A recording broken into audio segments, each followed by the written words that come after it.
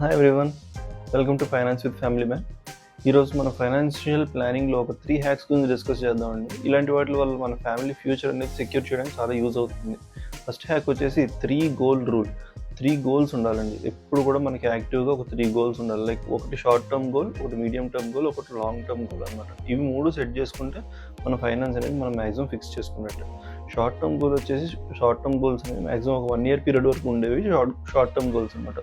Like ఒక 50,000 ఖర్చు అవుతుంది మనకి. ఒక 1 year తర్వాత మనం వెళ్ళే ట్రిప్కి 50,000 ఖర్చు అవుతుంది కాబట్టి దాన్ని మనం ఇప్పటి నుంచి సేవ్ చేసుకోవాలంటే మంత్లీ 4,000 పెట్టాలి. ఇలాగా ఒక గోల్ అనేది సెట్ చేసుకోవాలి. మీడియం టర్మ్ గోల్స్ అనేవి 4 to 5 years లేకపోతే మ్యాక్సిమం 6 years వరకు ఉండేవి మీడియం టర్మ్ గోల్స్ అనమాట.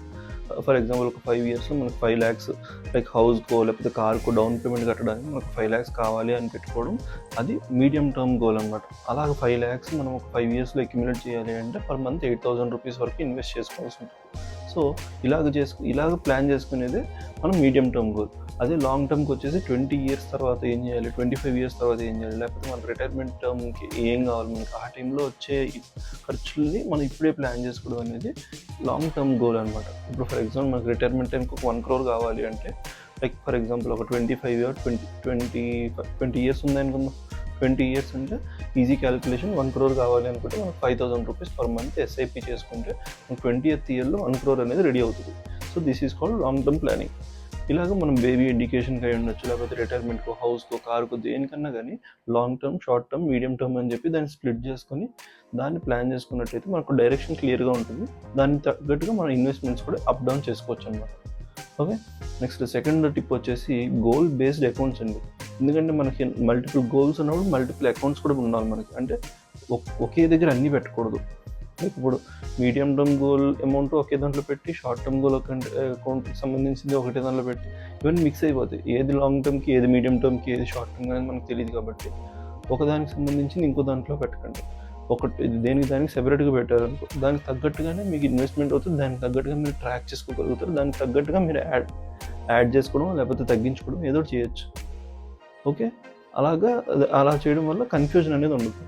నెక్స్ట్ థర్డ్ హ్యాక్ వచ్చేసి ట్రాక్ విత్ యాప్స్ అండి.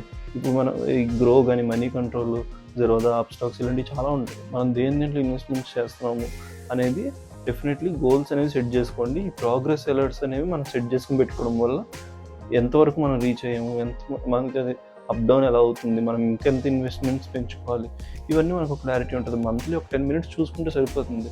ఇలాంటి దానివల్ల మన కోర్స్, మనం వెళ్ళే దారి కరెక్ట్గానే ఉందా లేదా, లేకపోతే దానివల్ల ట్వీక్ చేయాలా, లైక్ ఈ మంత్ మన టార్గెట్ అనేది మనం అనుకున్నట్టు వెళ్తుంది అన్నప్పుడు వదిలేసేయచ్చు. లేదా ఏదైనా చిన్న చేంజ్ కావాలి అనుకుంటే కొంచెం దాన్ని చేంజ్ చేసుకునేటట్టు మనం ప్లాన్ చేసుకొని నెక్స్ట్ మంత్కి మూవ్ ఆన్ అవ్వచ్చు. సో అలాగా ఒక యాప్లో 5,000 ఎస్ఐపి అడ్జస్ట్ చేసుకొని, ఇంకొక యాప్లో ఇంకో 2,000 ఎస్ఐపి పెట్టుకొని, అలాగా మనం యాప్ టు యాప్ దాన్ని కంపేర్ చేసుకొని అడ్జస్ట్ చేసుకోవచ్చు.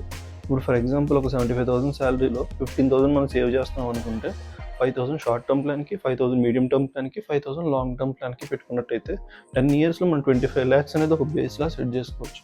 ఓకే, ఇంకా బోనస్ టిప్ ఏంటంటే, ఇలాంటివి ఏమైనా ప్లానింగ్స్ మనం చేస్తున్నాం అన్నప్పుడు డెఫినెట్గా మనం ఏ ప్లానింగ్ చేసినా మన ఫ్యామిలీ కోసమే చేసుకుంటాం. అంటే ఫ్యామిలీని ఇంక్లూడ్ చేసుకుంటాం కాబట్టి డెఫినెట్లీ మనం మన ఫ్యామిలీతో పాటు కూర్చొని డిస్కస్ చేసి, ఈవెన్ మన వైఫ్ ఇన్పుట్స్ కూడా తీసుకొని దానికి తగ్గట్టుగా మన ప్లాన్స్ సెట్ చేసుకున్నాం అనుకోండి, డెఫినెట్లీ మన టార్గెట్స్ అనేవి చాలా బెటర్గా అచీవ్ అవుతుంది. ఇంకా కొత్త ఇన్పుట్స్ కూడా వస్తాయి మనకి. లైక్ ఏంటంటే మనం ఆలోచించిన యాంగిల్ ఏదైనా ఉంటే ఆ యాంగిల్ కూడా మనకు వస్తుంది. సో దానికి తగ్గట్టుగా మనం ప్లానింగ్ చేసుకోవచ్చు. Okay, so that's all for today అండి. రేపు పర్సనల్ ఫైనాన్స్ మిస్టేక్స్ గురించి డిస్కస్ చేద్దాం. మనీ స్మార్ట్ అవుదాం, మనల్ని మన ఫ్యామిలీని సెక్యూర్ చేద్దాం. బాయ్.